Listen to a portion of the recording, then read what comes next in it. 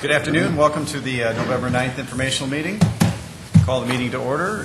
First item on the agenda is the City Council staff report by Deborah Owen. Thank you, and good afternoon, Sioux Falls City Council. I sent you an email earlier, but just to remind you, the Inside Town Hall remaining shows for the rest of the year don't have scheduled council spots, so please respond to that and those time slots that you are available, and we'll fill those and then take care of that. In addition, Councilmember Anderson Jr. had sent a letter to these folks. This is La Voz Hispania, and it's on page 14. It is in Spanish. But just so you know, that is something that they wanted to hand out and let everybody know about. It had to do with affordable housing from Councilmember Anderson Jr. And then finally, as you know, I sent an email prior, but it's time to look at our legislative priorities for 2010. And I think all of you are ready for that, to talk about that during open discussion. Just wanted to remind you that there is one of these at each of your desks to talk about today. Thank you very much. Any questions for Deborah? Now we'll move on. Next item is Mayor Munson's office. Anybody here from the mayor's office is going to speak later on? Seeing none. Next item is the audit committee. No report for that. Fiscal committee. No report. Land use committee. No report. Okay. Public service committee. We meet immediately following this informational, and probably the main topic of discussion will be timeline for the goals that Mike Cooper has outlined in terms of code enforcement. Okay. Next item is City Council open discussion. Is there any open discussion other than the legislative agenda? Or do we want to tackle that first? Should we go with that? Okay. We have, everybody's got a copy of the previous version, items 1 through 4. I would recommend, does anybody have any heartburn in eliminating number 4 pertaining to the smoking ban? I think that's been is well on its way. It's been through the legislature. Councilor Knudsen. Chairman Costello, would you just paraphrase those for the listening audience's sake, please? These are what we as a council came up with a legislative agenda last year at this time. And the first one is Sioux Falls City Council strongly encourages the legislature to enact enabling legislation which allows for municipalities to levy a local option tax to raise funds for a specified purpose. Maybe we should talk about these one by one. Let's do that. Okay. Sure. Any comments on that? No, I think that's very good. It's short and sweet and to the point. You got to remember when these guys show up in Pierre, as Kermit will attest, that you are just buried with so many of these things that the shorter and the sweeter we keep it, the better our chances are of getting it read. Okay. Any concerns otherwise? Okay, the next item is Sioux Falls City Council strongly encourages the legislature to ensure adequate funding to meet transportation needs. Any comments there? I think we all like that one, apparently. Third item. Anti-highway, yeah. What's that? Is anybody anti-road? Yeah. Okay, item number 3 is Sioux Falls City Council, in conjunction with the South Dakota Municipal League, encourages standards to be developed to provide equal 911 service to all citizens and visitors, and encourages cooperative efforts to improve 911 services and efficiencies. Any comments on that?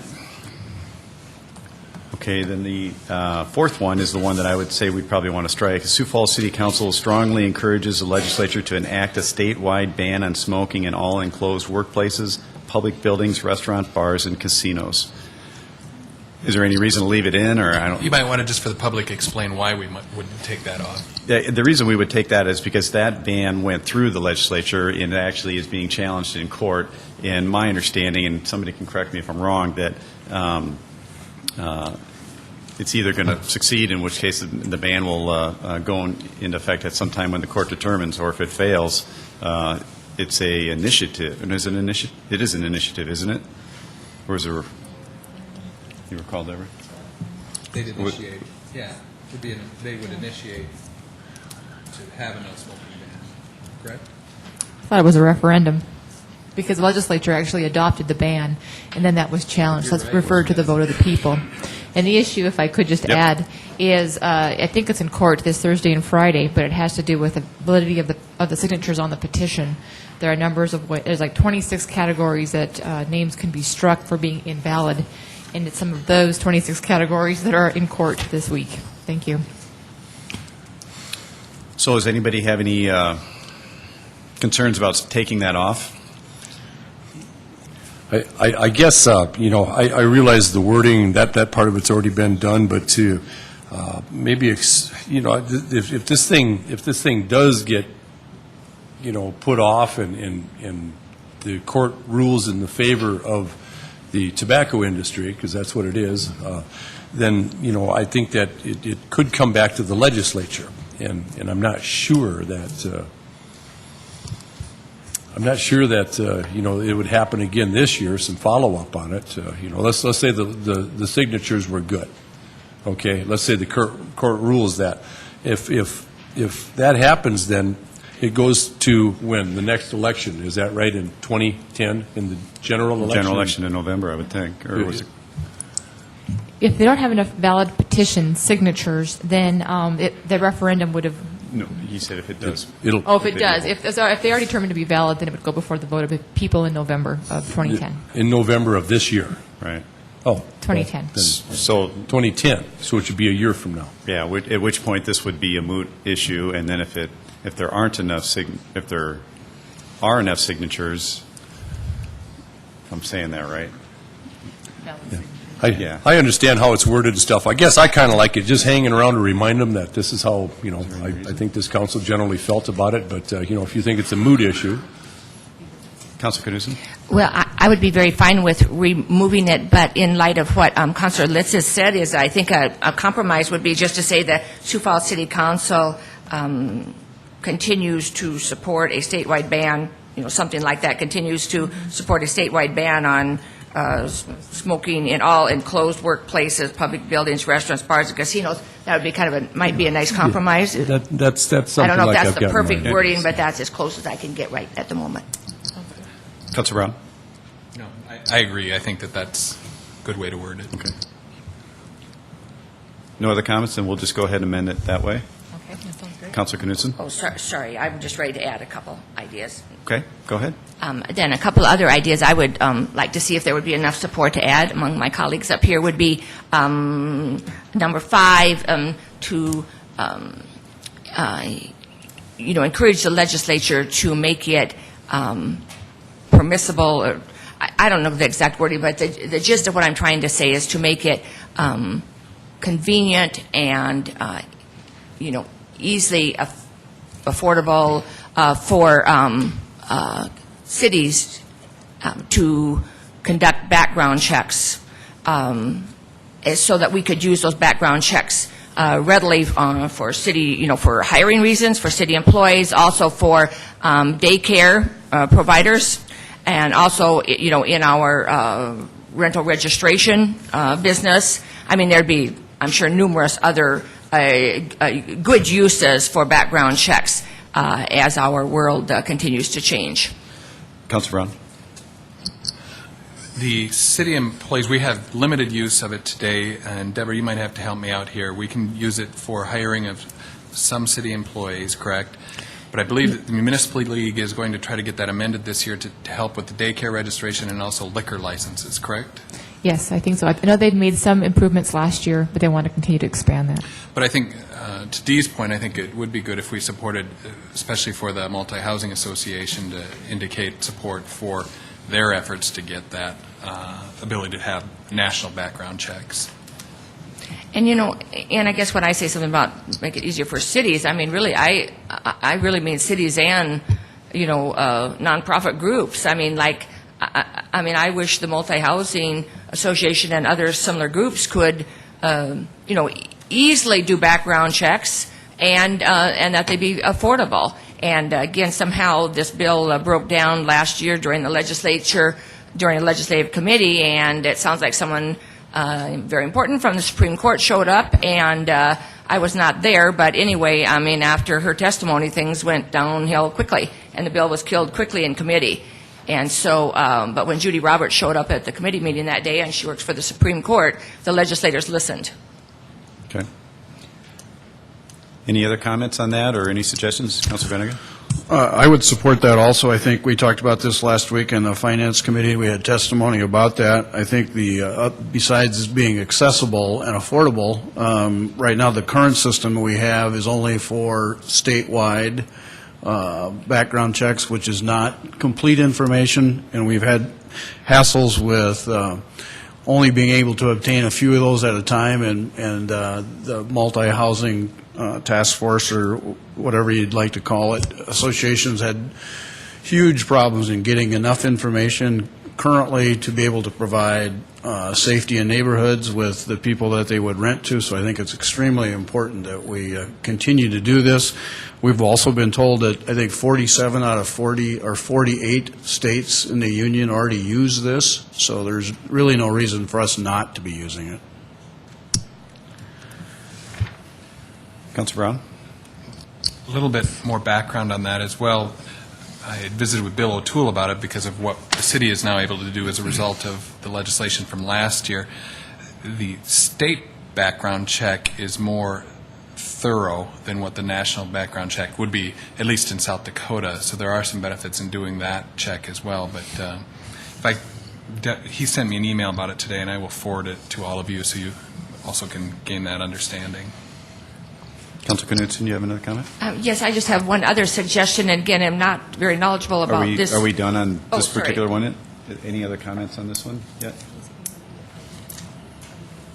I think we're probably, nobody's opposed to it, so I think we're probably okay. So we'll move on to your next one. Sorry about that. Is that, and my last suggestion for today on legislative priorities would be something like encouraging the legislature to allow cities and counties to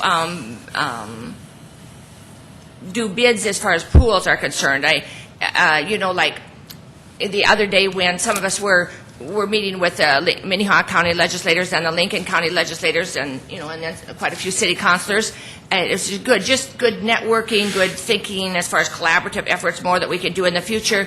And one of the people who was present, one of the Lincoln County commissioners, mentioned that day,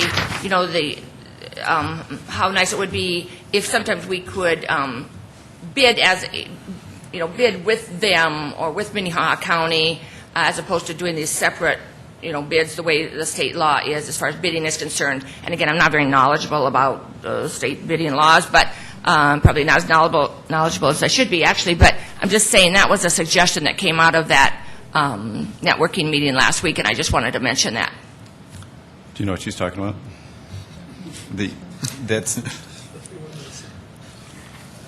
Again, this was just coming from one in the Lincoln County, but the idea was that if Lincoln County has to buy asphalt, for example, that they could maybe get a better price on their asphalt if they joined with Minnehaha County or the City of Sioux Falls and had a joint pool arrangement. And apparently there's some hurdles to cross, and we'll probably have to investigate that a little bit further to try to see what lies in the way of that. Would anybody be opposed to that sort of language? Okay. Councilor Brown? I think it probably speaks well to just the overall giving local governments local control. I don't know if we need to necessarily say it that per se, but it certainly sounds like state regulations standing in the way of local government again.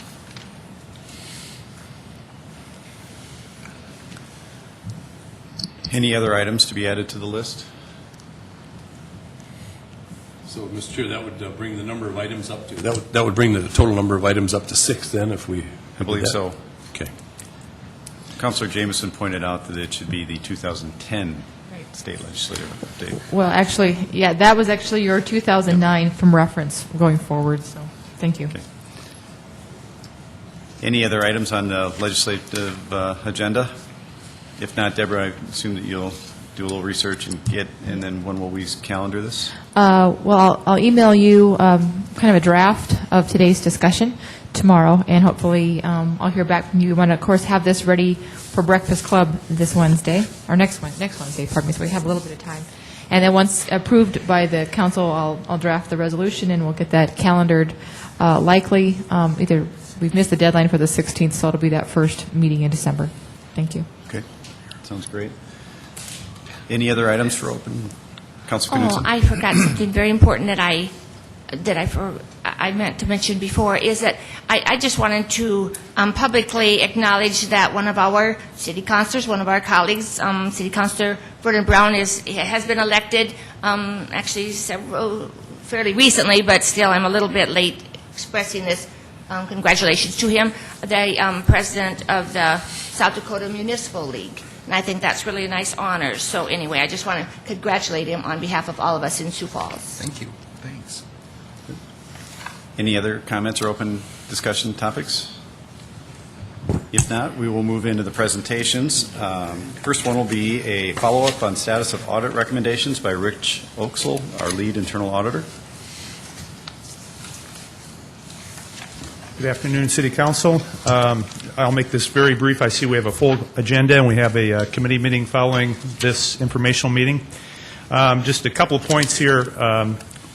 Court, we follow the what we call the Red Book standards. For obvious reasons, we call it the Red Book. As part of the Red Book standards, we have to follow up on our audit recommendations to see what management has done in regard to those recommendations. And also in our internal audit charter, which is kind of our marching orders, our constitution, we desire to be a catalyst for positive change. In order to comply with the standards and to be a catalyst for positive changes, we want to follow up on these recommendations, not just do the report and then move on to something else. So what you have here is the first of what will be annual reports to the City Council of where we're sitting on various audit recommendations. By my count, I came up with about 75% of our recommendations that had either been implemented or were in progress or partially implemented. I think that's pretty good. We're never going to have 100% concurrence with management on our recommendations. That's just the way it is, and auditors can live with that. But we're pleased that the majority of recommendations have been addressed by management, and we believe that we have a good working relationship with the managers, that we don't always see eye to eye, but we often do, and they will often implement the recommendations that we come up with as a result of our audit work. If you have any questions, I'd be pleased to entertain those questions at this time. Yeah, Rich, on the golf course management agreement, you have down capital improvements for the golf courses should be funded from golf course revenues rather than city sales tax. Yes. I agree with that. Now, the management you have down not implemented, and what is the status there? Is the management in favor of that? Well, when we discussed that with management, they said, they've kind of, over the years, they've gone back and forth on that. They decided to, fund those projects through the CIP process. When you look at the dollars, the net sum of the dollars is you could use that revenue to fund the capital improvements. Right now, that revenue goes into the general fund. So the dollars, it really doesn't, make that much of a difference. If that money's not going into the general fund, you could use that for the capital improvements. The way it is now, it goes into the, general fund, we pay it out of the CIP. We just want it to be compliant with the agreement as it was written. Conversations with golfers seem to indicate that they want the revenue to go back into the courses. But management has debated this, and they decided to go with the present way of doing things. So how long does our agreement last? I believe it's another several years. I think it's going to be a while. I believe I put a note in there. I think it was 2011, before they haven't, the current agreement would expire. So, thank you. Okay. Any other questions for Rich? Councilor Brown? Rich, was the code enforcement fines, that was a 2009 report? Yeah, that was at the very end. So I didn't put that in the report because I knew we were going to discuss that. We did a couple weeks ago, so that'll obviously be in the next report that we do. But very good. We do track all the recommendations. So. Thanks for your follow-up. Okay. Any other questions or comments for Rich? As just a note for myself to you that Councilor Jamison and I sit on the audit committee, and I can tell you that the three private citizens that sit on the audit committee with us were all equally very happy with the participation level or the changes that the administration was willing to make on behalf. The 75% rating, I think, was a very positive indication. I guess if I could just have one other question. Rich, you have down here, once again, on the golf course, before the end of the current agreement, city should consider whether current operational model for municipal golf courses is still in the city's best interest, or whether another operational model for public golf courses would be better. Can you say something about that? Yeah, doing research on that audit, there's several models that municipalities use. One example was, I think, Baltimore, where I believe they, if I'm correct in this, I believe they sold the courses. There's advantages that the property would go on the tax rolls, and the city would get a lump sum. There's other operational models. One that we previously used is where we just have the city employees run the golf course, the park department. The model we currently use is where we own the facility and then we employ a management company. And there might be another model out there. I think it's always wise at some point to revisit the various models out there and to see if the one that we're using still is in the city's best interest. So, Rich, do you recall, it seems like it was 20% of the revenue from the golf courses gets set aside. Yes. 10% goes for the management company to implement their capital programs or their smaller capital improvement programs. Going off my memory, I think that is correct. And then 10%. And it seems to me it was a total of about $500,000, wasn't it? Yeah, and to us it seemed like there was sufficient money in there, as you accumulate that year to year, that there would be enough for most of your capital improvements. But yeah, I believe you are correct on that. But because the city takes that and deposits in our own general fund is why we have to fund those larger improvements through the capital program. Yes. Okay. Any other questions for Rich? Thank you very much, Rich. Okay, thank you. Next, we have a number of presentations by Public Works Department. Mark, do you want to start it off and just go through them one by one, or? Good afternoon, City Council. Today we do have three key items to talk to you about that we've been preparing for some time to bring before you. The first one is solid waste ordinance changes. There's some significant language cleanup. One of the things that we're excited to bring you that is also supported by Solid Waste Planning Board is to actually implement an incentive program. And so we'll talk more in detail about that. The Harrisburg Wastewater Agreement. This is an agreement to actually accept Harrisburg's wastewater, and we will talk about the contractual arrangements of that wastewater agreement. And then last, a very significant notice for the City of Sioux Falls and what it means to actually re-rate the wastewater treatment plant. The current wastewater treatment plant is rated at just over 13.4 million gallons per day. And Trent Lubers said he will path you through the study that we undertook and the process that we did to actually get the plant to show that it can actually treat wastewater up to 21 million gallons per day and deliver very good effluent to the downstream. Presenters today, the first of which you haven't formally met, you may have seen her at some of the events, which is Amy Ladonsky. Amy Ladonsky is our new sustainability coordinator. She's been with the City of Sioux Falls for just under a year. She chairs the Solid Waste Planning Board and has really led the development of two significant environmental awareness events this last year. One was BioBlitz, and the other one was Greenville. And the other significant change in the business operations of the landfill this last year has been to take daily recycling of electronics. And so Amy's been very good at implementing all these changes.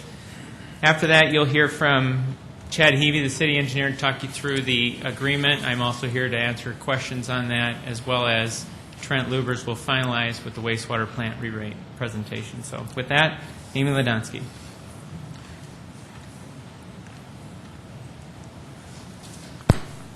Thank you, Mark, for that kind introduction, and good afternoon, City Council. I've had the good fortune to meet many of you, and for those of you I have not met, I look forward to shaking your hands in the near future. I will be talking about Chapter 18, the solid waste and recycling ordinance, and the changes that we've proposed.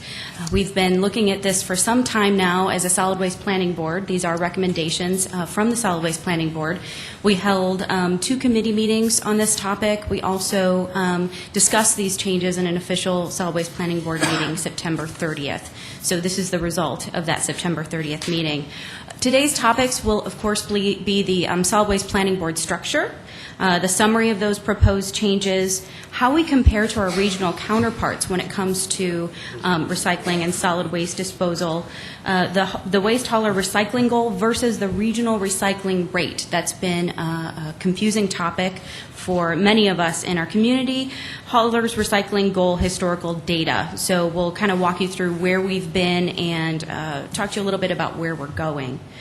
The Solid Waste Planning Board is made up of 15 members.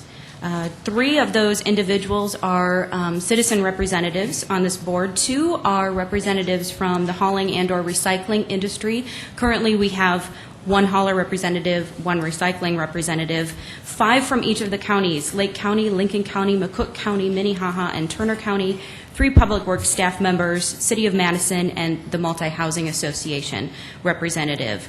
The reason that we have these representatives from each of these 5 counties is because the Sioux Falls Regional Sanitary Landfill does in fact serve that 5-county region, which is a service area of approximately 225,000 people.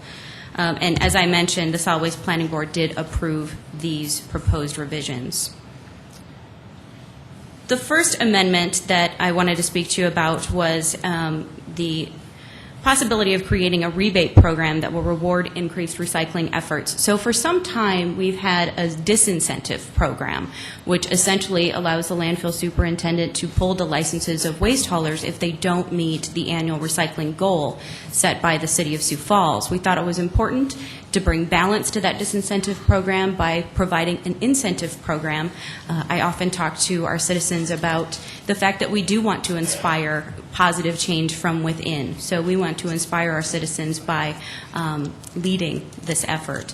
This rebate program would essentially be a $1 municipal solid waste ton rebate for those waste haulers that go 50% above and beyond the recycling goal for that year. And that recycling goal is established annually based on the recycling rates that waste haulers meet the previous year.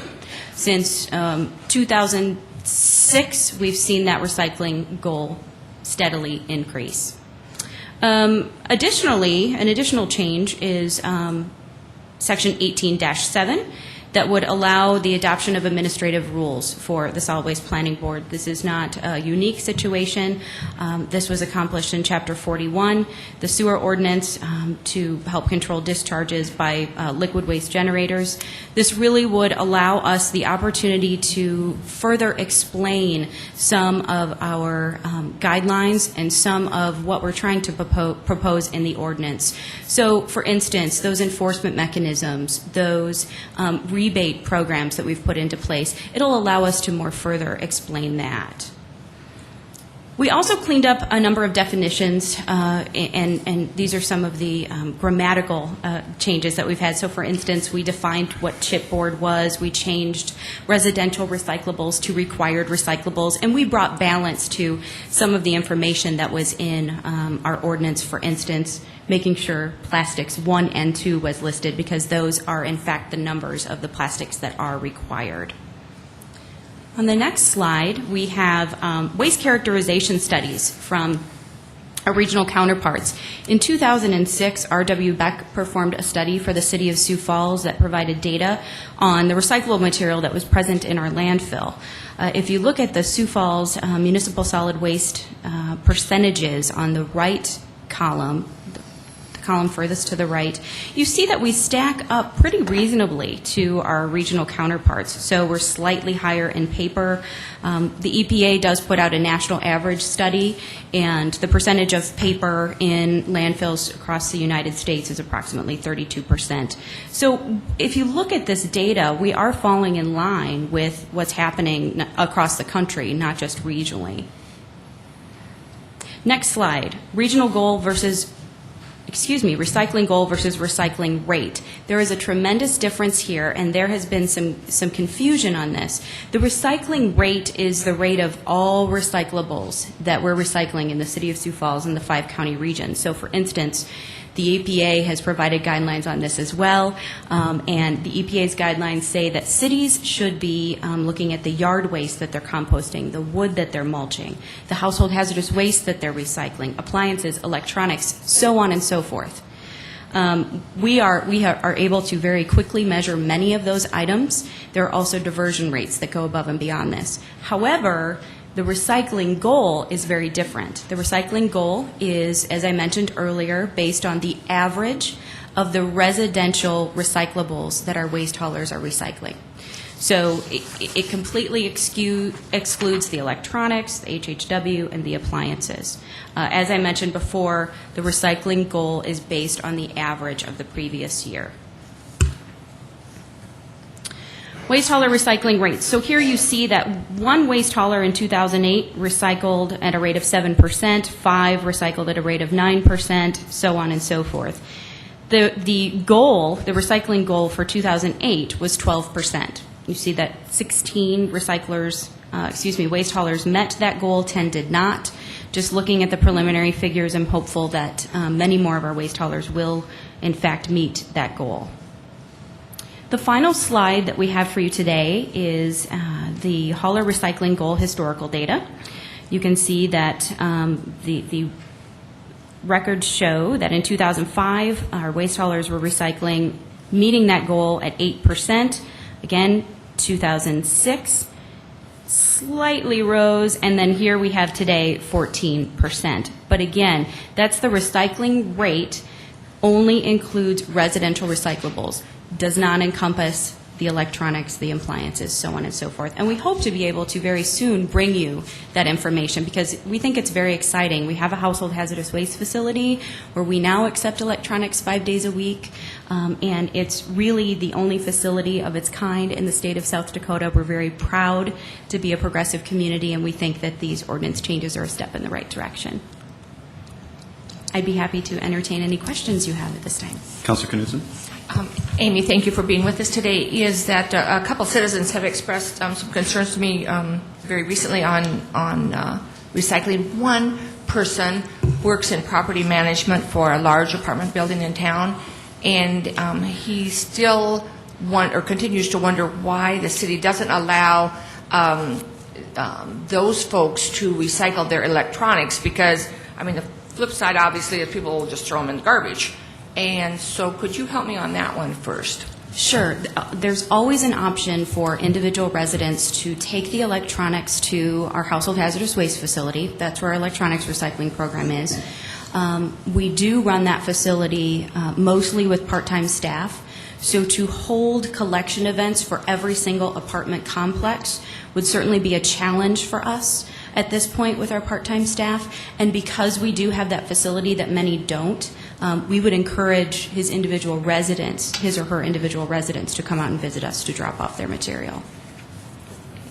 Okay. And then a second question is right before the meeting started today, a citizen asked me regarding the 18.7 regulation, was concerned that the city council would not be involved enough in that particular wording. I did run this past Director Cotter right before the meeting, but I was just wondering if there was any more that you could share on that to make that citizen more comfortable. Sure, absolutely. Well, of course, we'd have to provide 30-day notice. Any of these rules would certainly be run through our Solid Waste Planning Board. There would be significant opportunity for public input on any of these rules that we would be putting in place. Councilor Liz? So, Amy, thank you for coming down here today. I just wanted to comment that since my family, and I've got an apartment next door, started recycling that, the trash stream that fills up the actual, what I call the garbage cans at our place has been cut in half. And so that part of it's really been amazing to me, seeing it on my scale of what it must mean on a larger scale to you out there.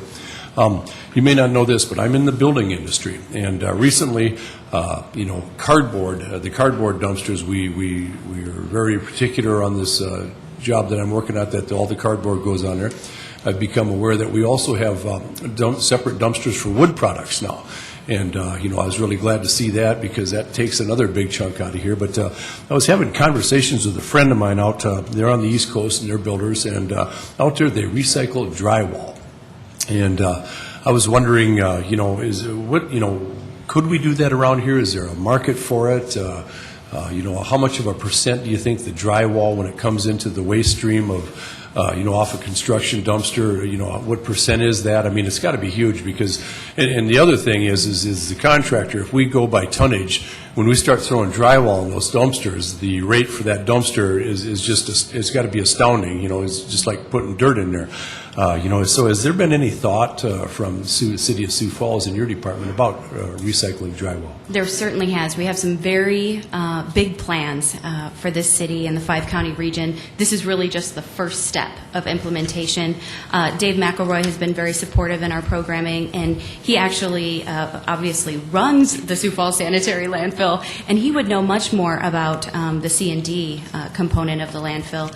He and I actually had a brief discussion about the possibilities for C&D recycling and how we might better communicate to our building industry here in the region. I see he was almost jumping out of his seat, so I'm anxious to hear what he's got to say. Dave McElroy, landfill superintendent. Yeah, Bob, we have looked at the possibility of drywall recycling. Right now, the market isn't really there. It's kind of like you could add it to agricultural fields as an additive, like a fertilizer type of amendment, but the market's not really there. But as Amy said, we are continuing to look at C&D recycling options. The R.W. Beck study really tipped on that, too. There's asphalt shingles, which could be recovered, as well as drywall if the market was there. Of course, the wood, we can get some additional wood out of that as well. So there are opportunities for C&D, construction and demolition debris recycling that we continue to look at. Very good. Thank you. Councilor Staggers? Yes, Amy, in your proposed ordinance here, I commend you on providing an incentive program. I mean, I think that's the best way to a carrot approach rather than a stick approach. But we still have the stick approach when it comes to the taking away of the licenses from the haulers. During the past year or two, have we ever broached that issue with any hauler that was not reaching the goal? To my knowledge, in my short time with this city, we have not pulled a license within the last couple of years. I'm not aware of that, and I'm not sure if one of my administrators would like to speak further on that, but to my knowledge, we have not done that thus far. Okay, and we've never suggested it or anything, to your knowledge, huh? Well, I think the suggestion is there, obviously, because it is an ordinance, but I believe that was brought forth by my predecessor and Dave McElroy's predecessor. Also, another question I have, you mentioned on the Solid Waste Planning Board there are two haulers, well, two hauler and a recycler. Who's the hauler that's on the board? We have Jake Anderson with Millennium Recycling, and we have Greg Dix, who is our hauler representative as well. And which company is he with? I'm sorry, Greg. DJ Sanitary Service. Thank you. Thank you. And also, too, the administrative rules part. I guess I'm very concerned about that, because in essence what this is doing is it's taking away some of the power of the City Council and giving it to the Waste Planning Board and people working in the city government that are not even elected by the citizens. So I guess, I wish we would maybe move away from that direction. And if you do want to have some changes, just bring them before the City Council and we'll put them in ordinance. I appreciate that. I think, where this recommendation has come from is we've had many questions about the reporting procedures that are required of waste haulers as they pass through the landfill gates and as they report what they're recycling. We've also had a number of questions on enforcement.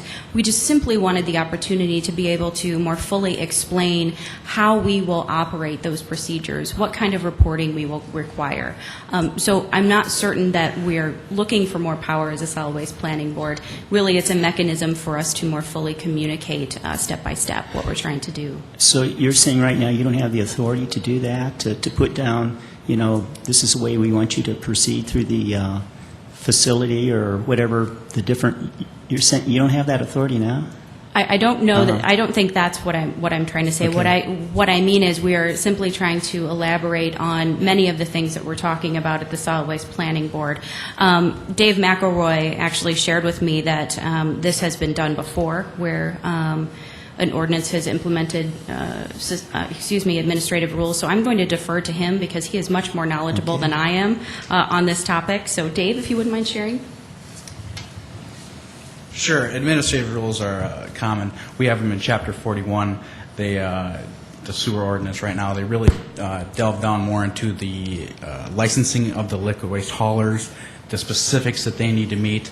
The forms and the things ordinance. like that. Ordinances, I guess in my opinion, are kind of more of like an umbrella and kind of an overarching guidance, and then to really delve down into the deep detail of what the liquid waste haulers, what the liquid waste generators, in this case, the garbage haulers, the recycling facilities, and businesses would have to meet. This administrative rules allow us to go much more in depth on and really delve down into the weeds, so to speak. If you consider ordinances like a 20 or 30,000 foot level, and then the administrative rules, you can really drill down into, for instance, your question about pulling licenses. In the ordinance, we would pull a license. The administrative rules, and there is plenty of opportunity for public input. We have multiple committee meetings, solid waste planning board meetings. We will obviously hold the haulers meetings and advise them of any administrative rules that would come up. But that would allow us to go down into into nitty-gritty detail and say, okay, you may not have met the goal. Here's what you can do to maintain your license. So it really allows us to get down into the nitty-gritty detail. Okay, I guess that I'm kind of surprised. You're saying you can't do this now? I guess that's what I'm surprised about. I think the administrative rules are a much better mechanism because they allow us to delve down into much more detail, just like we currently do right now in the sewer ordinance. Councilor Bennigan? Amy, could you tell us, have there been any projections that say for every, let's say, 1% of growth in recycling, how much time we would add to the landfill and how much money we would save? Sure, absolutely. I feel terrible for doing this, but Dave, once again, has those figures. But yes, obviously, extending the life of the landfill would save literally millions of dollars. But there has just recently been a new cell that's been added to the Sioux Falls Regional Sanitary Landfill, and he can elaborate more on how much that is actually costs. Sure. Obviously, increasing the recycling rate, we're going to put less MSW, less municipal solid waste into the landfill. And boy, I don't know those figures or calculations off the top of my head, but I know right now, if we were able to, reduce the MSW by a factor of 10%, that would, I believe I got the figures right, that would extend 5 years the life of the landfill. Wow. Is it possible for you to just verify that and send us an email? Sure, I could just do a little research and send that in an email. Thank you. Councilor Knudsen? Well, kind of following up on Gerald's question, I do, continue to think that as a community, we just need to continue to stress that this is a pocketbook issue. I mean that, the more money we have to spend buying land for landfills is obviously money that we could spend doing many other, things. But I guess a concern that I have, and I was just continue to struggle with this, is that I really applaud our efforts at the city level, and we're clearly going the right direction. But, I think I'm probably just not patient enough, is that, I voted for the 12% in 2008, so, I supported that. But really, it's dismally low. Again, with almost no effort at our house. We only have 2 people there, but it is so easy to recycle. It's so incredibly easy to recycle. I think we must be recycling at least 50%. Is that I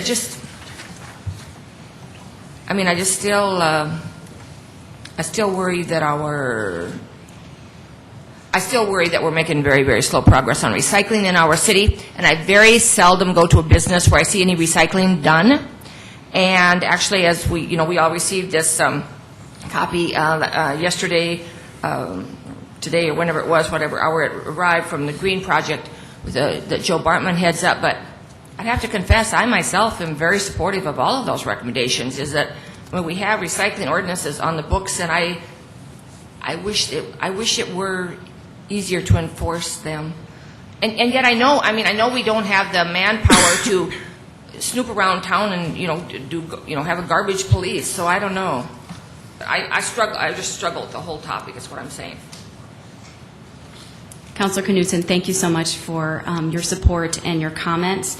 I certainly do agree with you. I did want to reiterate the fact that this 14% recycling goal, which we have right now, is only those residential recyclables, so only the bottles and cans.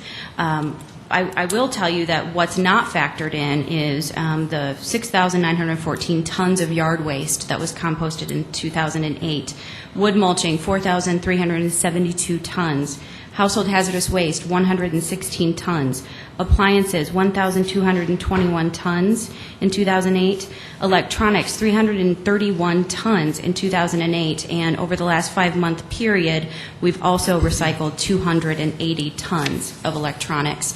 So I think if we were to, there's always room for improvement, and don't get me wrong, I'm very supportive of many environmental and economic initiatives.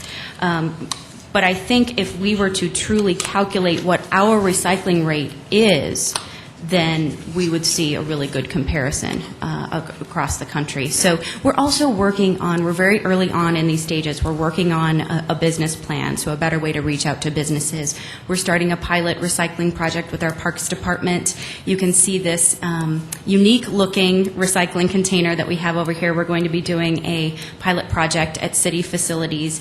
Additionally, I did want to share with you before I go today, I know that it's a packed schedule, that we, on November 15th, which is America Recycles Day, will be releasing our sustainability booklet. It's a gorgeous guide, and it's full of everything from which plastics to recycle to our bike map.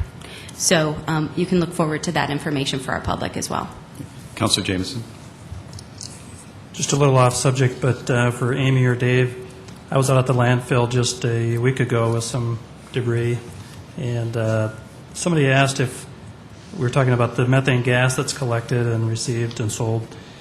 He was wondering if there's a market for the other landfills that are older. If somebody were to drill into those, could they find some of that, store it, sell it? Is there a market for that at all? Just had to ask while you were here. Sure. I think we've thought about those things. Most of the older landfills, the way the city did it, they were leased land, so the city does not actually own that land anymore.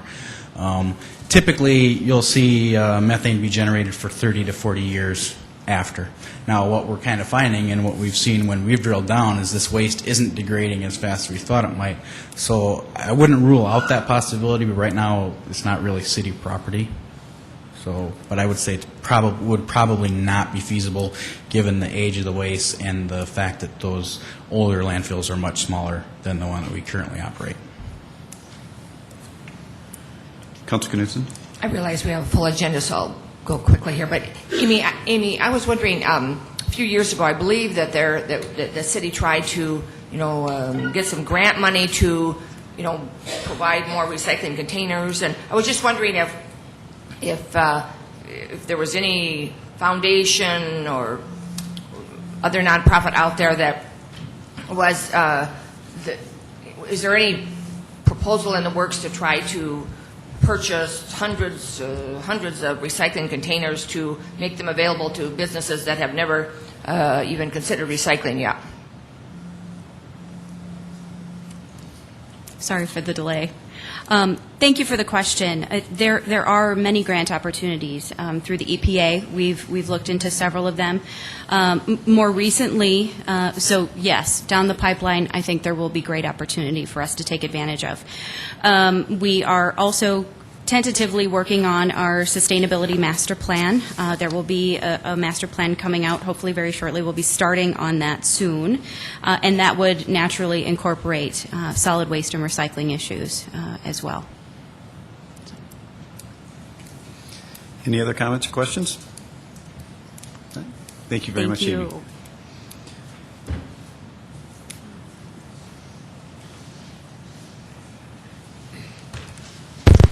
Good afternoon, Chad Heavey with the Engineering Division of Public Works.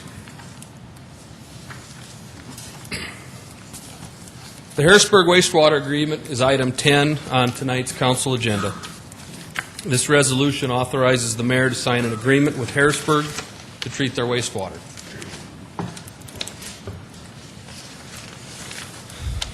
This agreement is the mechanism that allows Sioux Falls to accept and treat Harrisburg's wastewater. It describes the conditions and effects for both parties and allows Sioux Falls to review and adjust Harrisburg's rates annually. Harrisburg will partially treat their wastewater in their current system and then pump the wastewater to Sioux Falls. The rate for partially treated wastewater is $1.85 per 1,000 gallons. In the event that Harrisburg has to send untreated or raw wastewater to Sioux Falls, the rate is $2.79 per 1,000 gallons. In the event that Sioux Falls cannot accept Harrisburg's wastewater for a short period of time, Harrisburg must have the capacity to store 30 days' worth of wastewater. And this is a 5-year agreement, and Harrisburg will have the right to renew for 3 separate additional 5-year periods.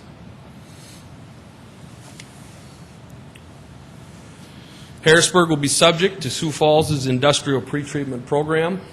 Sioux Falls will be responsible for the implementation and enforcement, while Harrisburg will be responsible for the cost.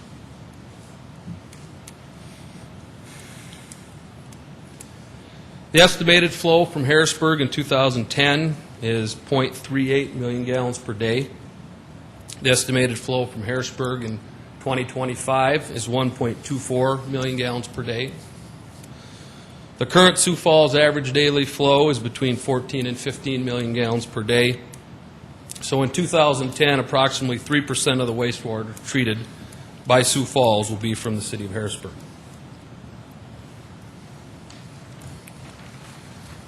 Harrisburg will pump wastewater to Sioux Falls during off-peak times, such as at night, and the capacity of Sioux Falls' sanitary sewer system will not be negatively impacted by the flows from Harrisburg. Currently, the city of Sioux Falls provides regional wastewater treatment to Brandon, Renner, and the Prairie Meadows Sanitary Sewer District. This regionalization is supported by the South Dakota Department of Environment and Natural Resources and has several benefits. The cost of treating wastewater decreases with increasing plant size. It eliminates redundant facilities and reduces costs by sharing fixed costs between communities. It reduces initial capital costs for small communities, and there are less land impacts and fewer plants and discharge permits to monitor.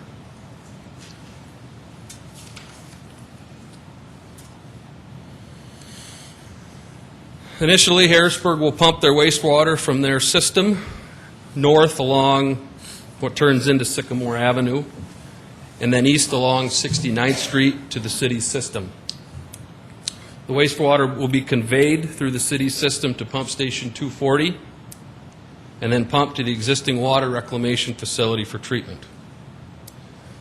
Within 18 months of notification from Sioux Falls, and no later than December 31st, 2017, this temporary situation will end, and the city of Harrisburg will extend their force main to Pump Station 240 or to another location as designated by Sioux Falls.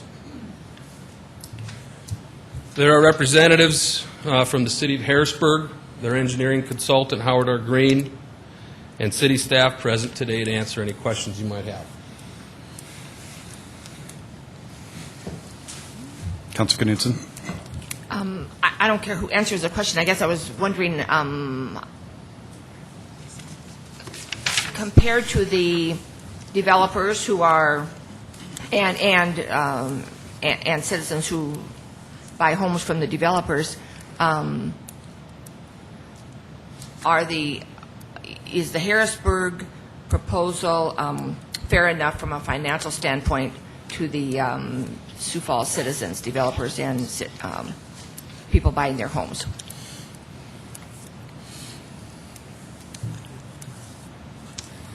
Councilor Knudsen, Mark Cotter, I can answer that, I think one of the things that we've done for a number of years now is that we've implemented cost of service rate analysis, and you've seen our consultant AE2S come year after year as we look at the costs of each classification and then looking at all the fixed costs and also the depreciating costs that we assign respective rates to each class. And so we've also enlisted AE2S on this project, as we have with the other communities that we treat their wastewater, to make sure that it's fair, consistent, and equitable. Okay. Councilor Staggers? Yes. Mark, can you give us the cost per 1,000 gallons for partial treatment of waste from Brandon, and how much the cost is per 1,000 gallons for untreated waste from Brandon?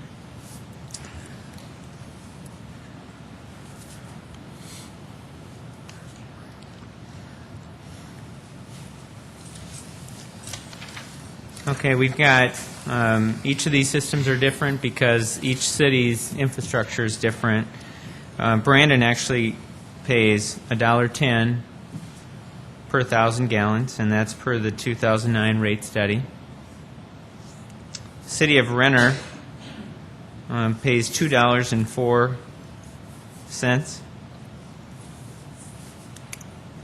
And Prairie Meadows pays $2.54. Now, that's for what? Treated, untreated? Well, again, different situations. Yes. Brandon actually has lagoon system, and they actually pump directly to our treatment plant, so they don't come through any of the collection system.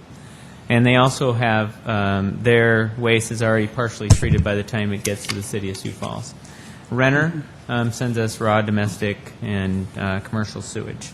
And so their rate is reflective accordingly. $2.04 per 1,000, is that right? Yes. But then we have Harrisburg at $2.79. What is because the additional pipe or something that? It's based on the waste flow characteristics and whether it's treated or not treated. So the treated for Harrisburg is at $1.85 per 1,000 gallons, and then they are at $2.79. If they get to a point where they need to just send us direct waste without having it treated, they'll pay the escalated number. I guess I'm wondering why we can't get the rates uniform once that flow gets into our plant. At that point in time, if it's from Brandon, if it's from Harrisburg or Renner or wherever, we charge the same rate. Or also Sioux Falls, too. And then if they have additional issues, then we just charge them for that. But it seems to me at the point once they get into the wastewater treatment plant, it should be the same rate for treated or untreated. Well, it could be if it was Yes. actually treated. It could be if we had the same situation for all the waste, but we don't. Some is much higher concentrated, so it takes more of an operation and maintenance and chemical cost for the city of Sioux Falls to treat that waste, as opposed to waste that's already been partially treated. It's been sitting in a lagoon and now just simply pumped to us. So if all the waste from the cities all came in with the same waste characteristics, once it actually hit the plant, we could charge the respective costs the same, but we can't. Yeah, but we are, because we're saying that treated, no matter what's in your, partially treated, no matter what's in there, we're going to charge you this rate, and then untreated, we're going to charge you this rate. So we already have two categories. Right. Then we there's have all kinds of different things probably coming from Harrisburg with untreated, probably all kinds of different things coming from Renner, untreated. the other. So I'm thinking of the two categories, untreated and partially treated,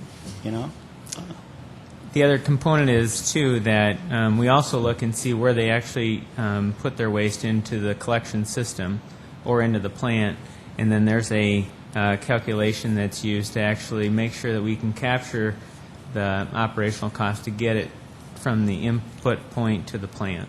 And so, again, they are, Prairie Meadows, for example, is on the extreme west part of Sioux Falls. It's going to take more conveyance to get it across town and into the plant.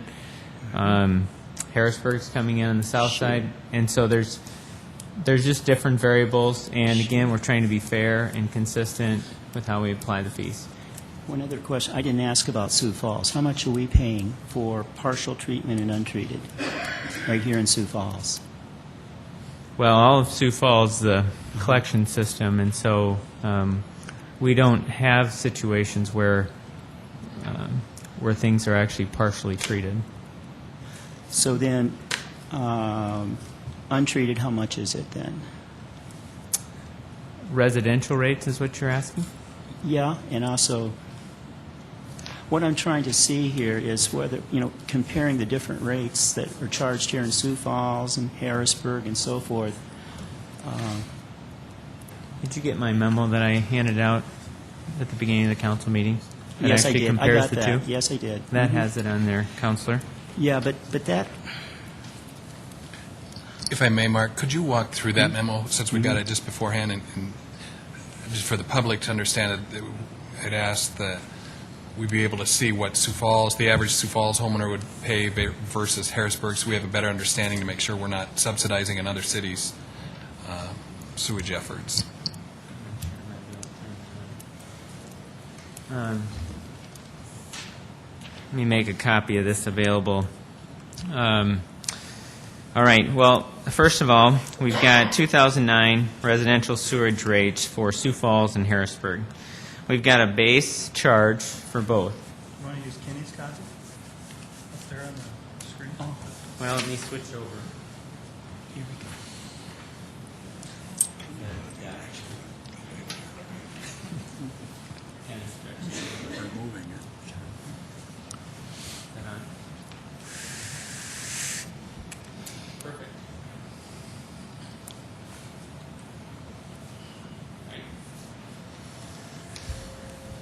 All right, just to take you through this memo.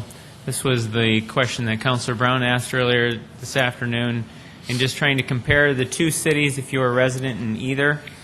City of Sioux Falls, you have a base charge of $2.25, and then based on volume, you would correlate that to $2.83 per 1,000 gallons for an extended amount of $16.40 per month. Correspondingly, Harrisburg has a base charge of $11. Their 2009 sewer rates are $2.60, and so their bill for the same amount of water, which is 5,000 gallons, would have a bill of $24. And again, that's just sanitary sewer. And then we did highlight down below because Harrisburg's had to implement base charges for both water, sewer, a Lewis and Clark surcharge, and so the qualifying statement at the bottom is, therefore, if you were a water and sewer customer in Harrisburg and did not purchase water for a month, you'd still have a fixed bill of $31.50. This was what we were able to glean this afternoon. Okay. Councilor Staggers? yeah, Mark, the base cost here, like it's $2.25 in Sioux Falls, $11 in Harrisburg. Would we get any of that $11 base rate, or we would just get the $2.60 per 1,000 gallons?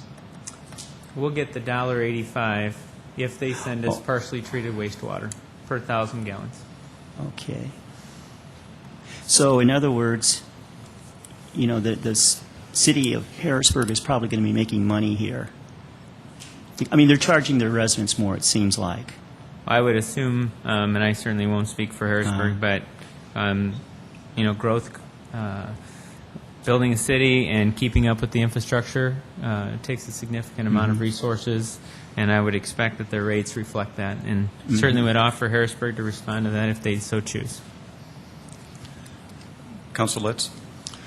Mark, thanks for being down here. If I heard Chad right, at some point, then, is the city of Harrisburg, I know where the lagoons are south of town, but do they have it in mind that they are going to build their own treatment plant, whether it's a lagoon or the style of treatment plant that we have? And number two, well, just answer that one, if you could, please, first. Well, the city of Harrisburg's been working for a period of time to really look at all their options, whether it is to build a treatment plant and or send their waste to Sioux Falls is two of the options that they looked at. And as they look at those options and what is doable, this is a feasible option, and so that's why this one was selected. Okay, but that's for the temporary time, the time being. And I know that, I toured our fine, our pump system out there off of 57th Street right by the river there, and I know that it is the city's ultimate goal eventually to have another treatment plant down around that area. Am I correct on that, just That's north correct. of there? And, I think about that, and I think about the future of Sioux Falls and Harrisburg, and as that area fills in, wouldn't I guess it would make sense to me, looking down the road, if Harrisburg tied into the new treatment plant down there. And so if we're going to be charging them money, to offset our costs, and if we are just doing it for costs, I guess what I sort of think is with this rational nexus, with the state laws on impact fees, all that sort of thing, why couldn't we, if we charge them a little bit more money and then we applied that money towards the new treatment plant in the future? I don't know if there's a mechanism for doing that, but it would seem to make sense then, that we would, the city of Sioux Falls would benefit, by taking on what I essentially view as their problem. And, it would also work towards alleviating the problem in the future. Is there any credibility to my thinking in that regard? Yes, there is, and I'm glad you bring that up. We actually are just in the process of selecting a consultant to actually design, do the preliminary design for that second wastewater treatment plant, because we need to be able to actually best site it and then actually start to negotiate the land. And then the next piece is that as that east side matures, there's going to be a point in time when that wastewater plant's actually constructed. And so I think at that point, once we have a sense of where and how much it's going to cost, we'll certainly consider that in the cost of service rate analysis. So, and I would say too that one of the considerations of, there's been a couple of concerns that have been brought up by the Home Builders Association, and they're here tonight, is that one of the interim discharge points is where the sewer, if I can go back, is coming into, let's hit back, is actually where their sewer will discharge into the City of Sioux Falls sewer system. And the key here is that this is an interim discharge point. If 57th Street was built all the way out to the river, so we knew the location of that road, and we also knew what the grades of that road were, and we could actually identify a corridor for a force main, likely we could have that force main extended today. But we can't provide the city of Harrisburg where that final road grades are going to be, and it's just like it's like the challenges we have anytime we develop a road and don't grade it to its ultimate grade, whether it's a rural section road. We don't want to put a utility in the ground that ultimately may have to be adjusted. And so the other side of this is that obviously the city with these other communities has had a long-standing relationship of working with our neighboring communities. The East Side Sanitary Sewer System is today running at about 7% of its capacity. Did you say 7, Mark? 7. And largely most of that is from the existing neighborhoods that have been directed into that sewer system as we retired lift stations out in that area. Now, there's obviously been some very good development that's underway. But operationally, too, that when you have these large pipes in the ground and there's very little flow, that impacts their operation. And so additional flow actually will assist in some of that operation, require less maintenance, more from mechanical cleaning. And so I think one of the key points is that it is an interim connection point, that we have based their cost of service rate not only on what it's going to cost to operate and maintain and treat this sewage, but also the depletion of the assets that as we use them, we know all the infrastructure that's underground and above ground every day has some form of depreciation. And we've got to actively be, from all the users, collecting fees to make sure that when they do depreciate, we can actually reinvest in them, whether it's improving the lines, replacing manholes, a number of those activities. And so those costs are all in this cost for Harrisburg. Mark, based on that alone, of the $1.85 per treated, how much of that would be for depreciation? About 46% of that. Wouldn't, and the rest is a variable cost to actually treat the waste that comes through? Right. The rest is conveyance, pumping, and the actual treatment of the waste. So why don't we take that 40% or whatever you just said it was, and take that portion of it as depreciation and reduce the total system cost and the per acre by that? I don't know if that is a meaningful number, if that's going to be a very large number, but is that a way to treat things a little bit more equitably? Well, let me go back to at least the premise of the cost recovery. One of the key things with the east side cost recovery is that there is a platting fee there's a cost recovery fee that's paid once you connect, and the benefit that you receive is sanitary sewer. This is, I think that we could consider that if this wasn't long-term. This truly is interim until we switch over. And so that's why that acreage was never included in the east side cost recovery. And so, I guess that would go outside of how we normally do our cost recovery rate analysis. Well, it's clearly an issue with a number of developers in that area, and depreciation by its very nature is to set money aside for the replacement of that particular item. Mm-hmm. And if that money could be used to reduce the cost of the system, not the variable, just the depreciation amount, it seems like that might be a reasonable accommodation to make. I don't know. Again, I'm not sure if the numbers, when you add them all up, if they're very meaningful, but it might be something to explore. I have another question for you, though. Just explain, what am I missing on the treated side? And maybe the better example is on the raw. For Harrisburg, if we were to take their raw product, it would be $2.79. And in Sioux Falls, obviously, it's all raw sewage. It's $2.83, very marginal, but why would it be cheaper for Harrisburg than for Sioux Falls? Well, there's a blended amount there with base charge and so it's. But we don't. There's a fixed amount that we got to make sure that we recover each year, and that's why we have a two-tiered system. So when you calculate the $2.25, then it's more. That's correct. So, go ahead. Councilor Brown. Just a couple of things that I need clarification on. We have representation from Harrisburg here right now. We do. I would just say, please understand, we want to work with Harrisburg, but this is the first time we've seen this information and been presented with this, so we have to do our due diligence. I'm a little disappointed, we heard about your vote, but we haven't been briefed until today on this, so it's kind of hard for us to get caught up to speed. So understand it's not that we're being resistant to working with Harrisburg. And secondly, I would, Pat, wonder if we could, I see Steve Van Buskirk here from the Home Builders. I know they have concerns. I'd like to hear from them as well, what their concerns are. Sure. Unless Harrisburg has anything they want to address with us, too. And maybe we'll go through these one by one, but Mark, I still go back to that sheet. Maybe we can put it back up there.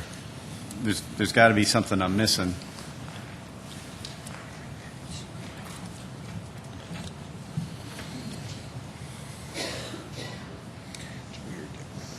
But if you're saying that, okay, so we have a base charge at $2.25, and I'm just comparing raw to raw. We have a base charge at $2.25, and then the per 1,000 gallon charge is $2.83. So if on a blended rate, it's going to be something more than $2.83. But yet, the raw for Harrisburg is $2.79. Well, It just seems like we're charging Sioux Falls more than we're charging Harrisburg. Well, there's, certainly a couple components. One is that we have one bill as opposed to a number of bills that we send out for. So just administratively, we have a whole different set of costs for the community as opposed to a one-payer system. But I can tell you that our cost of service rate analysis, it's it's a very detailed approach, and I can certainly provide some additional information on that. Is it got to anything to do with the distribution system? Why our rate would be higher? Let me just provide some additional information on the cost of service rate analysis, because obviously that's why we do bring in AE2S. They're experts in that area, and really after we've identified what those cost classifications are, we've built our models on that. And so if you would, let me bring some additional. And then if I could respond to Councilor Brown's question, and I've said this to the Home Builders Association as well, as one of the reasons why we did not bring this before the IRAB board and or the City Council is that this is a very similar approach that we've done with the other communities. And so when we take things to IRAB, at least from my perspective, it is the board was formed when the city was really looking at changing whole sweeping issues of design changes. And we use that IRAB board for a lot of good discussion. And from my perspective, since this was very consistent on how we work with other communities in our area, and how we've also contemplated working with other bordering communities, that the fact that it was a consistent approach, it wasn't a change from our normal operations. That's why we did not take it to the IRAB board nor bring it to you for briefing. And so one of the things that will come up on timing is that the home builders have asked us to formally defer, or ask you to defer this evening, and we can certainly support that. I will have a special IRAB meeting this Thursday to really path through the contract and those elements. On the other side, there's some very significant timing items that will occur next week for Harrisburg. If this would come back a week from tonight, and then 2 days later, Harrisburg is scheduled to close on their loan documents, and then the following day they're scheduled to let their project. And so, again, since this was a consistent approach in how we've handled other communities, that was our reasoning. Do we have any more questions for Mark before we bring up Harrisburg and the developers? Okay, Councilor Bennigan.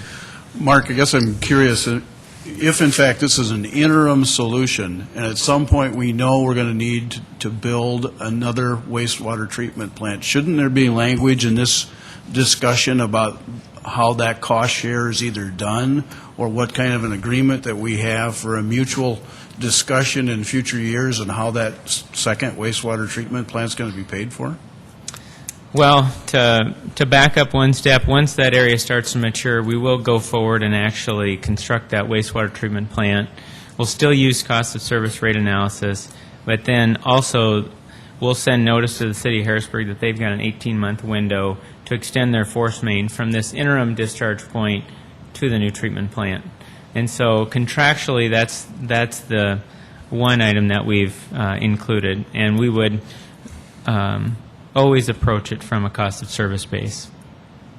So I guess the question I would have is, do they have the opportunity to be involved in the cost sharing of a second treatment plant, or is it just going to be based on a usage formula? Well, I can tell you this is somewhat new territory for the City of Sioux Falls, because it is our second wastewater treatment plant. The first wastewater plant was functionally built with EPA grant dollars, and so that, in the enactment of the Clean Water Act. And so this will be the first plant that the users of the system will actually contribute to it. And so we haven't, we haven't lined out everything with that process. I certainly expect the plant to be built within 6 to 10 years, and that's why we're actually initiating preliminary design so we can identify the land, hopefully procure the land, and then actually start to answer some of these questions.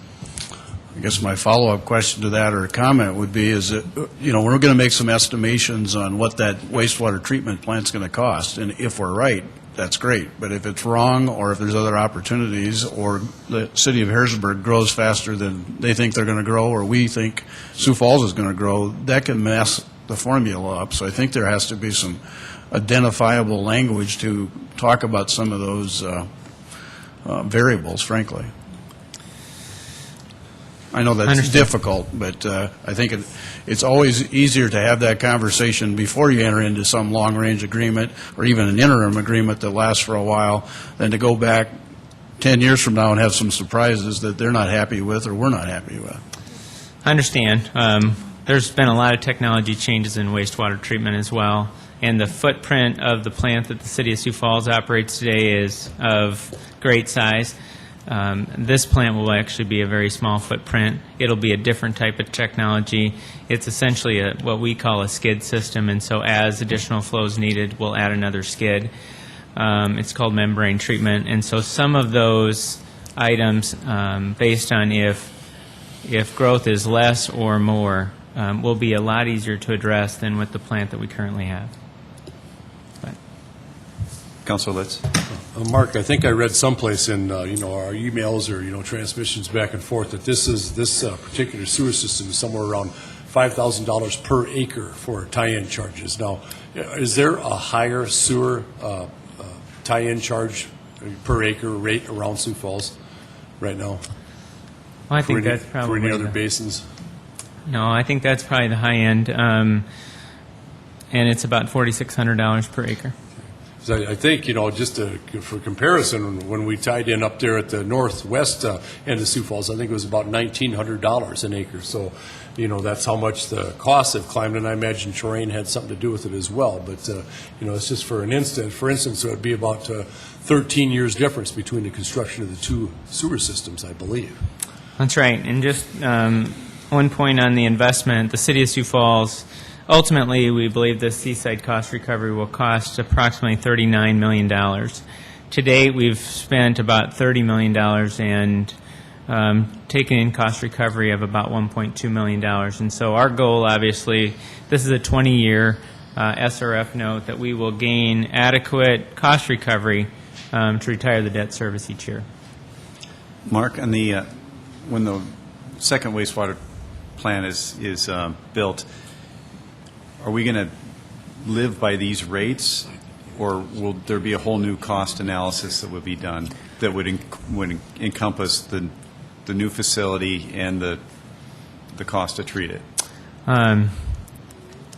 The contract does allow for annual rate adjustments, and so that mechanism is in place. Councilor Staggers? Yeah, I just have a quick question, Mark. The land where the new wastewater plant will probably be built in a few years, have we acquired that land yet? No. Okay. That was one of the preliminary design will actually also cite the best available options, and then we'll try to go out and procure land. Okay. Councilor Jameson? Mark, I just want to make sure I got this right. If Harrisburg were to just build that pipeline directly over to the treatment plant, obviously that elevation hasn't been set for 57th Street, so that'd be difficult for them to do at this point, right? Mm-hmm. And so they need to hook up to buy a little time for the city to continue to grow and allow that elevation to be set. Then once that's done, they'll know they've got to go. I mean, they're not going to build a treatment plant, are they? I mean, they're going to bring it. That's right. Contractually, that's part of the agreement, is an 18-month window. Once we've set that location and built that facility, then they'll extend to that point. One of the big things, I think, is that, $40 million spent on the sewer line out there is a tremendous investment by the city. Mm-hmm. And I think there's a struggle here that we're not getting that paid for by Harrisburg. And I actually, we talked about it, and I thought it was odd that they were only paying for just what it cost. I thought at least they should have a little more, we should have a little bit on the top for the service. But I think it makes sense, in some sense, that we reach out to these other communities that are in a bit of a box. Mm-hmm.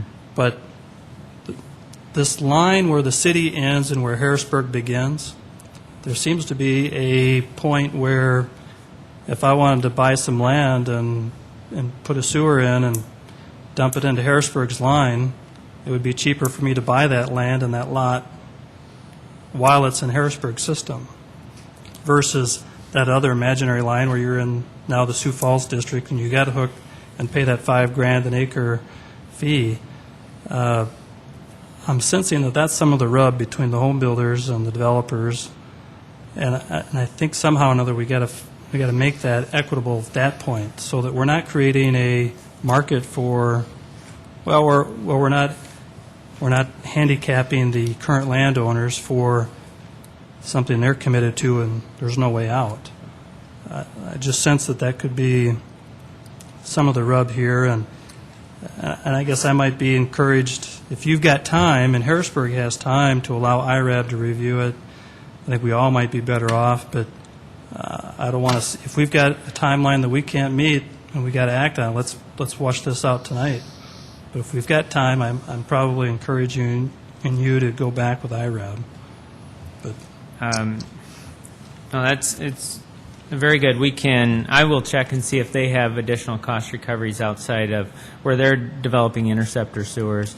It is one of the most common vehicles to actually get sewer to undeveloped land, and so, but I don't know that off the top of my head. We do have time, but next Monday night would be an action night to make sure that all the other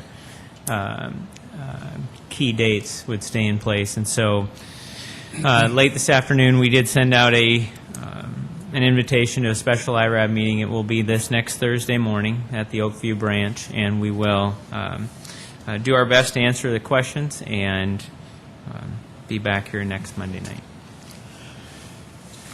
Is there anybody representing Harrisburg that would like to add their comments?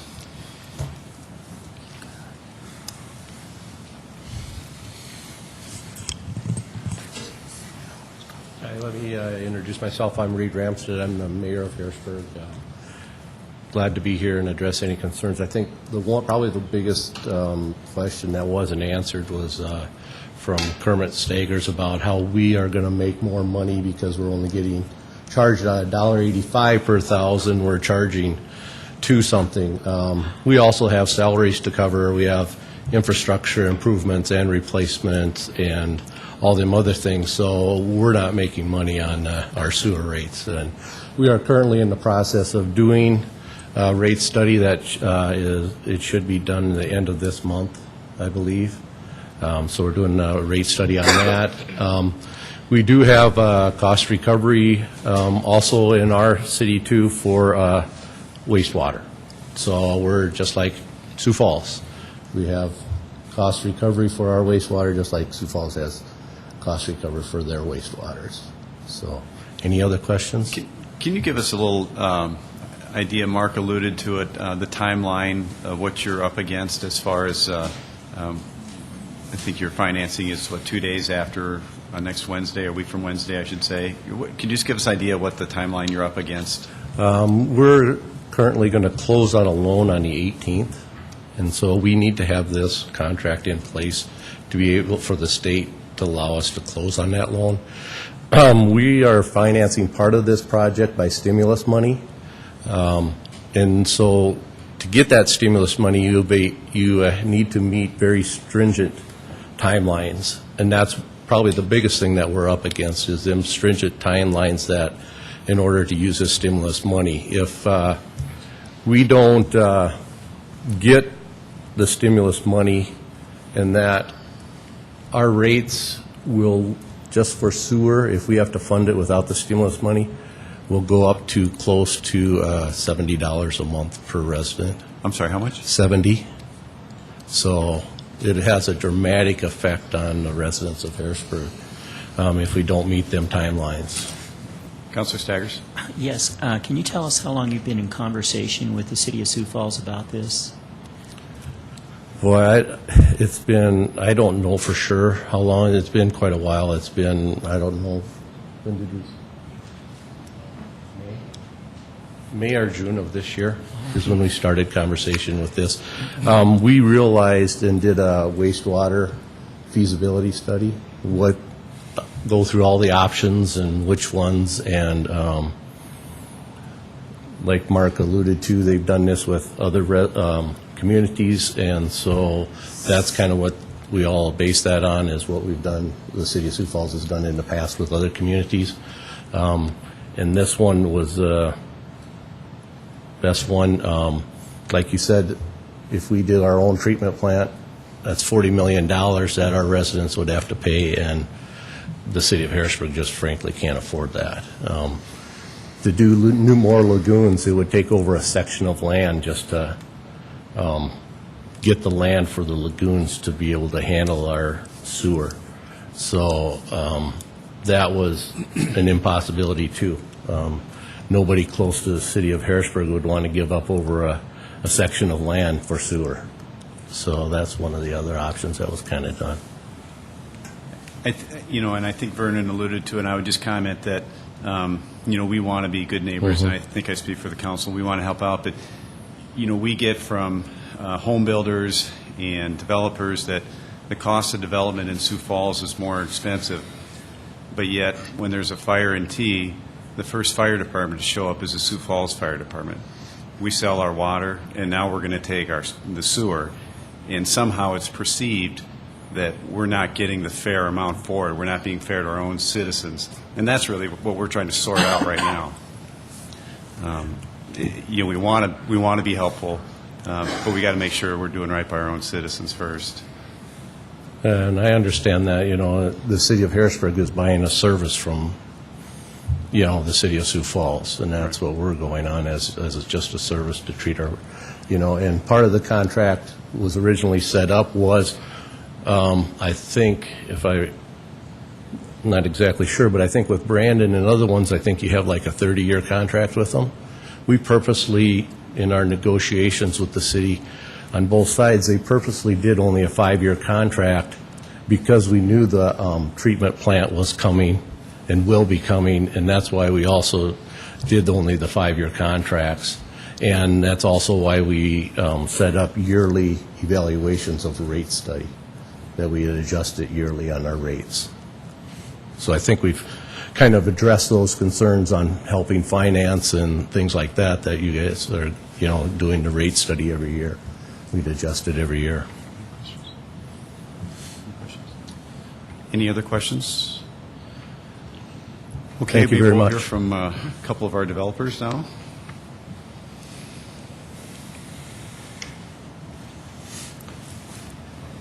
Good evening, Steve Van Buskirk, 5800 South Remington Place. I'm the home builders representative on IRAB board. I've got Todd Anowski, he's our government affairs director, and then Clayton Jameson, who's our developers chair this year. So thanks. I think just listening to the conversation, I think the council pretty much understands where we're coming from.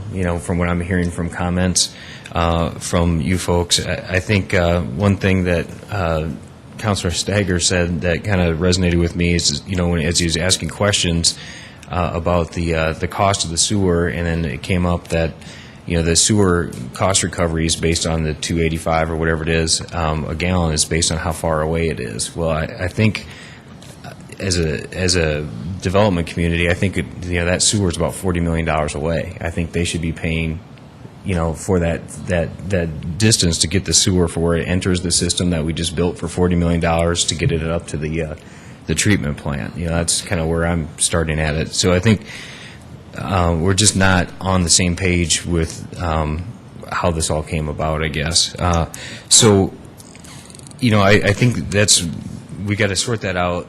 I think another way to maybe look at it is that this system should be included with the East Side Sanitary Sewer System. Might be an easier way to think about it. We added all these acres, 8,500 acres. We added them all together, and we came up with the East Side Sanitary Sewer System. If this is treated exactly the same way that we treated the East Side Sanitary Sewer System, it'd start making a lot more sense to me quicker. So those are a couple comments, I guess. I don't know if you've got any questions for me. I know I'm going to make IRAB, and I'm looking forward to discussion. One thing that Clayton and I were talking about, we'd really like to have Harrisburg there at the table, so it's not all these different, side conversations going. Let's get everyone together. Let's figure this out, because on whole, I don't think I've come across anybody, and kind of looking back here, that is against the regional approach. Let's leverage what we've got. Let's leverage our dollars. Let's leverage stimulus money. Let's work together as best we can, because it's, all boats rise here. And so we're, very much in favor of that as a community, but we just got to make sure it's equitable when we get done. Steve, I'm not sure I got a 100% grasp of this, but my understanding is that if we were to bring in the Harrisburg acres, that there would not be enough capacity in the east side sanitary sewer system to accommodate that. It wasn't built with those acres in mind, and that the only reason that I guess we're entertaining is that this is a temporary, albeit, a 10-year plus or minus temporary solution. So given the fact that it's temporary, would that be right to allocate all those acres on it? If it's, 20 years isn't, this agreement's for 20 years. It's 5 years the initial outset, and it's 3 5-year extensions. So the agreement reads 20 years. So that's not very temporary in my mind, I guess. Because if I understand it, and I don't know all these answers. These are good questions. I don't know all these answers because this just came to light, just a few days ago. But what my understanding is that treatment plant is going to be built when there's too much capacity for the pump, not too much capacity for our current wastewater treatment plant. So I'm not sure how that all plays in and who's going to be paying for the new treatment plant. So I don't know. I honestly don't know. I've got the same question that you've got, and I really don't have a good answer. And I think that's why we're asking for a deferral, because we're still trying to get our arms around it. I don't understand the nature of calling it temporary, and they can use that system that we've built. If they can use a system that we built, why can't for free? Why can't the new residents of Sioux Falls use that system for free? Because that's temporary until a new station or a new wastewater treatment plant gets built. So I don't have a real good handle, and that's why I like the IRAB group. Bringing it up to them, let them hash it out. There's a lot of good minds there, and things kind of get clarity in that group. So I don't have a good answer. Councilor Knudsen? Mr. Van Buskirk, I assume the IRAB board has been discussing this for a few months or not? No, it came up last Wednesday, and our meeting ran a little short, and I just asked the question when this was, how this was coming or what was going on, and that's when we found out it was coming to council today. Okay, and then just a follow-up question: if in fact we the proposal is using the same approach as that's been used by other communities, why? If that premise is accurate, which we've been told it is why would we not want to do it the same way with our good neighbors in Harrisburg? Because we can't afford it. It's just 2 years ago we didn't have arterial street fees. 7 years ago we didn't have RDC, DSCR fees. Just because we did it that way, 20 years ago, 5 years ago, it doesn't make any difference now, because now it's a whole new environment. We're all strapped for cash, and we're all trying to figure out how to pay for this. So, I know that's what happened before, but we can't keep doing. We're not doing business like we did 2 years ago. It's a different cost structure all across the board. Any other comments for Steve? Thank you very much, Steve. Clayton or Todd, are you guys?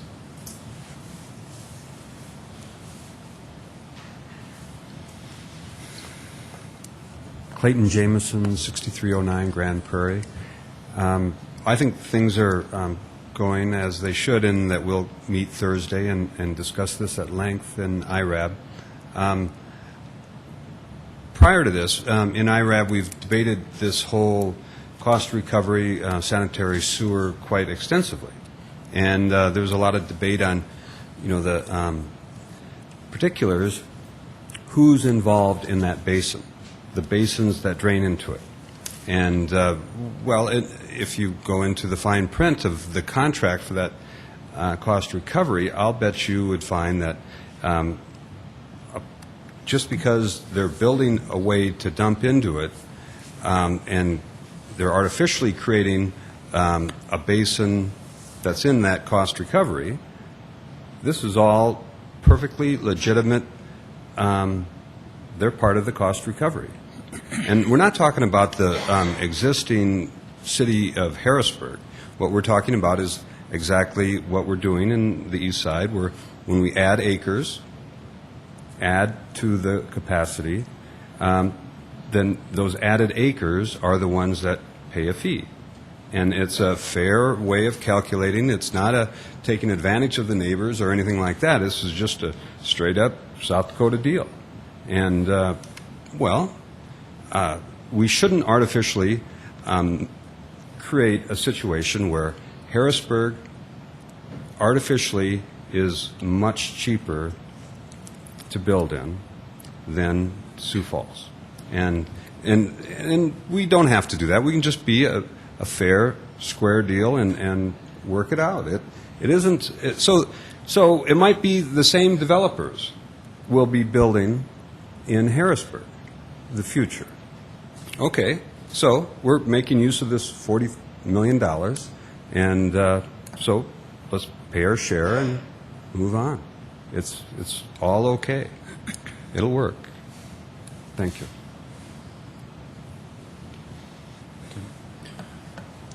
Any other questions on this for Mark or any other presenters so far? Mark, I assume you're going to extend invitation to our Harrisburg friends for Thursday's meeting?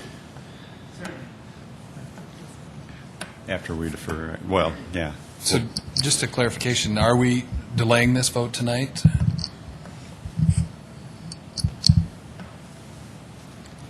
That's certainly ultimately your decision, but I will come in support of deferring it so we can actually take this to IRAB on Thursday and defer it till next Monday night. Any other questions? Okay, we'll try to move on then. We've got one more topic.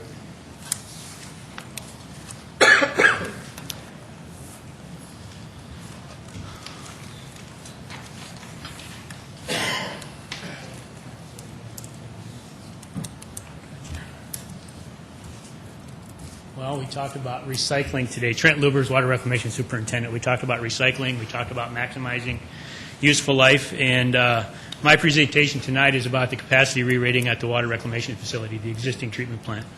And when I came on board, we were consistently exceeding the design flows for the Water Reclamation Facility. This has been something that's been going on since 1994. So it was clear that the treatment facility needed to establish a new formal design capacity. Growth from the City of Sioux Falls since 1979, when the original design capacity was rated for the facility, was 13.4 million gallons a day. This kind of shows you our flow pattern over since 1995 and our projected flow patterns, including the City of Harrisburg from 2010 forward.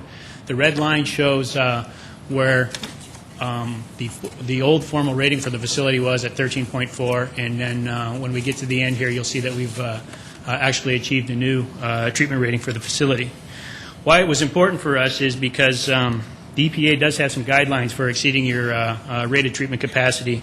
If you're 75% over the treated or over the rated capacity, you're required to put infrastructure in to meet your new flow ratings and your potential growth. The potential to limit growth was also a problem for us. And industries, other jurisdictions, all those require permits. We have an allowable headworks loading. That headworks gets associated or assigned to individual permits. If an industry wanted to come in, if Harrisburg wanted to come in, we write a wastewater permit for them. And you can't assign capacity or loading that you don't have. So it would actually restrict our growth. Because we've had successful operation of the facility, our residential growth has kind of been accepted and overlooked by the DENR and the EPA because we've had wonderful success with the existing infrastructure that we've had. But again, when you formally assign capacity, you have to use the baseline capacity that you have. If we didn't do this, the potential for large capital outlay was there. We would have had to put in new clarifiers, upgrade our filter units, upgrade pump stations at the facility. The potential to spend $20 million was there quickly. So it was clear that we needed to get the conservative rating for the plant changed. The reason the plant was conservatively rated was, I believe, the meat packer when it was designed was Mealman's back in the early 70s. And so it was designed more for an organic load than a hydraulic load. And so that was why the rating was there. They were going to take really strong waste because Mealman's weren't going to do their own treatment similar to what Morel's does now. We were exceeding the original design, but we had exceptional removal efficiencies, 95% or greater, and we had no history of violation even during high flows. In 1993 and in 2004, when we had the high flows coming through the facility, we were successful in meeting all of our permit guidelines. And we had several unit processes in the facility that were underutilized. Certain processes in the facility, we were only using 50% or half of the tankage that was there. And it hasn't been used since the design of the facility. So we had the potential, and we knew that construction wasn't the best answer, so we decided in 1994 to go after a re-rating when we built the flow equalization basin. The DENR took no action on that. I'm not really paging through very quickly here. In 2006, we waited. We went and took care of other things in the system to increase capacity. We put concealed pick manhole covers on. We went through and relined the system to keep infiltration and inflow out. Again, taking water that doesn't need to be in the system off and maximizing the asset. In 2006, we decided to go back to the South Dakota DENR. They had asked us for a capacity assessment report as an after-action report from the flooding and the things that happened in 2004. We asked the DENR to take a look at that study that was done in 1994 again. Again, they took no action. Clearly what we were doing wasn't working, so we decided that we needed to get the stakeholders involved. In 2007, we decided to write a scope of services and work with a consultant to take a comprehensive approach, to take a look at the existing facility and take a look at the rating again. This time we involved the South Dakota DENR from the get-go. I think the DENR's reservations were that there was no process involved. This had never been done in the state of South Dakota before, and they had no process or formal way to go through this. So we wanted to involve them from the beginning, take them through our process, help develop the process for them so that they would be more apt to accept our re-rating. In 2008, after that work, a formal re-rated capacity was requested to the state of South Dakota. I have some numbers there from 13.4 to 21 million gallons, a 56% increase on flow, 29% on peak flow, 5.6%, 29%, 77% increases on all those constituents. Now, some of the increases like BOD, suspended solids, TKN, they look fairly low, but if you look at our actual characteristic for the existing treatment facility now, we're still running only about 40 to 60% of what the design capacity is. We have lots of room to grow. In September of 2009, the DENR finally formally accepted the new plant rating. So we went from the 13.4 to the 21. That allows us to start permitting new industries that want to come in, permitting jurisdictions like the City of Harrisburg. It allows for the concept of regionalization to take place, and it allows us to comfortably grow. The other thing that it allows us to do is the facility was built between 1980 and 1986. There's 25 years of age on that facility, and so we have infrastructure that exists that we need to start taking care of. And to service the existing infrastructure and put new infrastructure in the ground would have had significant capital impact on the water reclamation fund. The design study that we did with Alteg engineers was just under $200,000 for our facility master plan and the re-rate that went to the state. And I think that's a pretty good deal compared to the $20 million that it could have cost. The re-rating growth that we saw is equivalent to about 50,000 population for the City of Sioux Falls. And again, I'm going through this pretty quick, but I'd like to acknowledge a few entities. The DENR was very integral in this process. They helped us from the beginning. They sat in on our meetings. They offered suggestions. They helped develop the model. And hopefully we helped them develop a process to go through re-rating in the future so that other utilities and jurisdictions, if they have the ability to do this, they can. HDR Engineering, they started the ball rolling with us in 1994. They're the ones who did the original capacity assessment. And Alteg Engineers is who developed the process that we have now.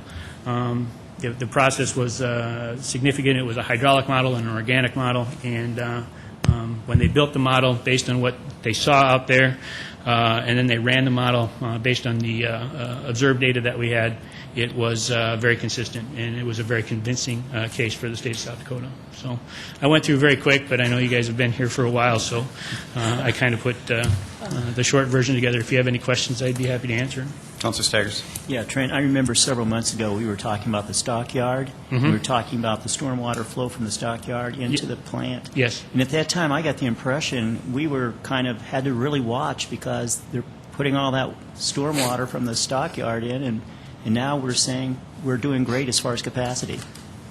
I think that's fair. At the time that we were dealing with the stockyards, the capacity was still at 13.4 million gallons a day, and they were exceeding the permit that they agreed to in the flow limits that they had.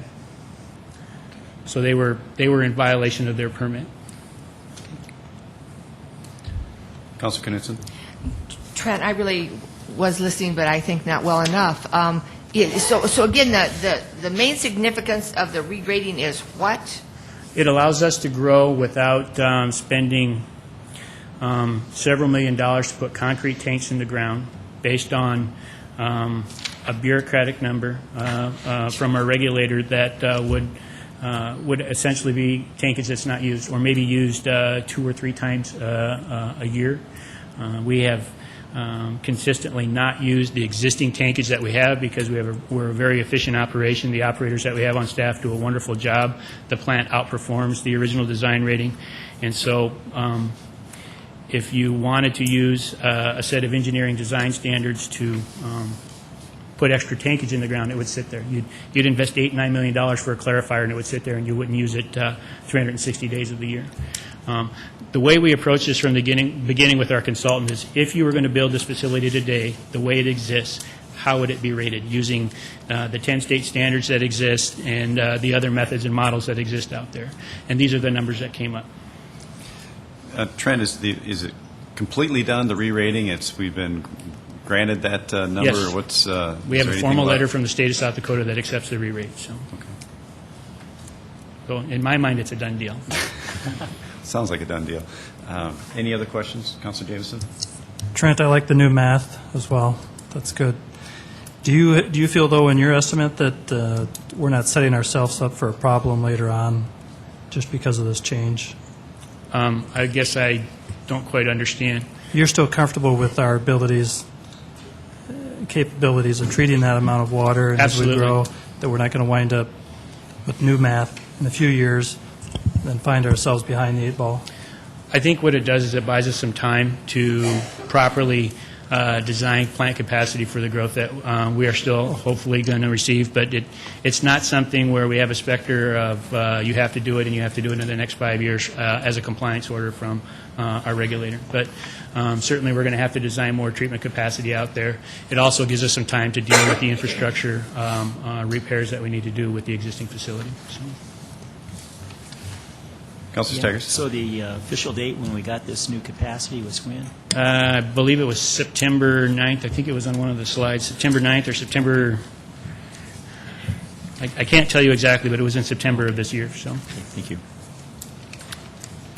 Well, Trent, I'd say congratulations to you and the Public Works Department. That's excellent news from the city's behalf to be able to have that re-rated. I'm not sure. Hopefully, we'll make front-page news tomorrow. And, I'm sure it and won't. all the citizens will understand, but it may not. Thank you. We're very grateful. Any other comments? Councilor Brown? Because we're missing a member and some other commitments, we're going to postpone the Public Services Committee meeting. I'll send out a date when we can make that up. Okay. Any other comments for open discussion before we adjourn? Seeing none, we are adjourned.